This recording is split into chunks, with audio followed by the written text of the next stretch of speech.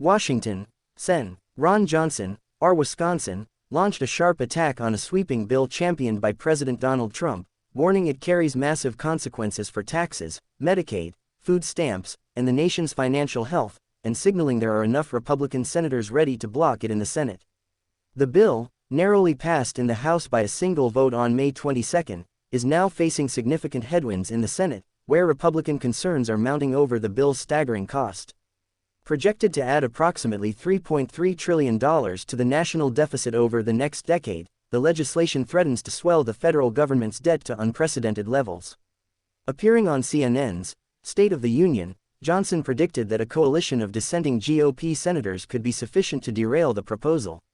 "I think we have enough to stop the process until the president gets serious about the spending reduction and reducing the deficit," Johnson declared on May 25.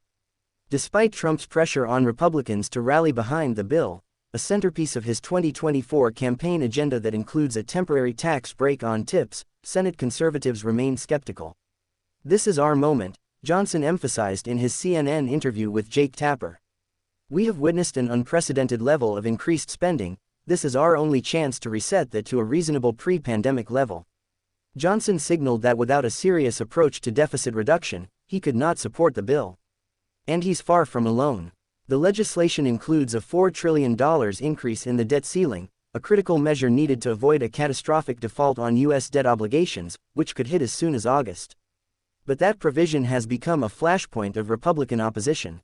Sen. Rand Paul, R. Kentucky, voiced his deep reservations about the debt ceiling hike. "I still would support the bill, even with wimpy and anemic cuts," Paul said on Fox News Sunday, "if they weren't going to explode the debt. The problem is, the math doesn't add up. It's just, not a serious proposal," Paul added bluntly. House Speaker Mike Johnson, R. Louisiana, appeared on Fox after Paul and addressed the senator's sharp criticisms. When host Shannon Bream pressed him, Speaker Johnson said he shares Paul's concerns. "I love his conviction, and I share it," Johnson said. "The national debt is the greatest threat to our national security, and deficits are a serious problem." Yet, Johnson also urged patience, warning that massive fiscal corrections cannot happen overnight. "You don't turn an aircraft carrier on a dime. It takes a mile of open ocean.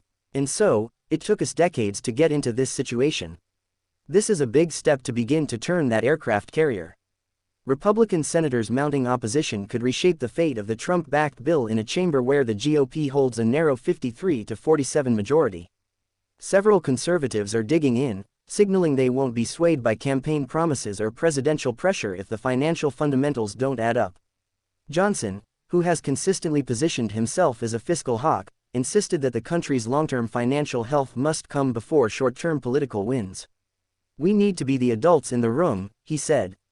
"We can't just rubber stamp more debt." The House bill's razor-thin passage underscored the political risks involved. A single vote separated victory from failure, and in the Senate, the stakes are even higher, as just a few defecting Republicans could tank the entire proposal. At the heart of the dispute is a profound philosophical divide. Should Republicans seize the moment to enact sweeping tax and spending measures promised on the campaign trail, or should they focus on reining in the national debt, even at the cost of sidelining major legislative wins? Sen. Paul has been particularly vocal in arguing that without meaningful cuts, the debt ceiling increase is a non-starter. "We're kidding ourselves if we think we can borrow another $4 trillion and pretend there are no consequences," Paul warned. Speaker Johnson, while acknowledging these concerns, framed the legislation as a necessary first step, not the final solution. "We didn't get into this mess overnight, and we're not going to get out overnight," he said. "But we can't afford to do nothing." Trump, for his part, has been relentless in pressing Republicans to fall in line, casting the bill as a signature achievement of his administration's second term. His advisors argue that the combination of tax breaks, regulatory rollbacks, and social program adjustments are key to delivering on his 2024 promises. But in the Senate, the president is facing a rebellion from some of his own party's most outspoken fiscal conservatives, who argue that the numbers simply don't add up, and that the risks to the country's financial future are too great to ignore. "We're looking at generational debt here," Johnson said. "This isn't just about the next election cycle. This is about the future of the country." Other Senate Republicans are watching the internal fight closely. Some, like Sen. Mike Lee, R. Utah, have signaled they share many of Johnson and Paul's concerns.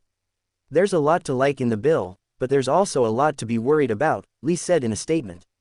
The Senate's debate over the Trump-backed bill is shaping up to be a defining moment for the GOP, a test of whether the party can balance fiscal restraint with political ambition, and whether it can reconcile its conservative principles with the practical realities of governing.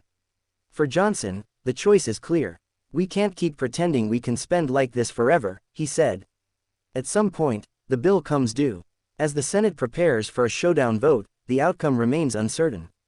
Will Trump's influence be enough to bring the dissenters back into the fold? Or will the fiscal hawks hold their ground, forcing a dramatic rewrite or outright collapse of the legislation? One thing is certain: the coming weeks will be a high-stakes test of Republican unity, and of the party's willingness to grapple with the hard fiscal truths that have long loomed over Washington.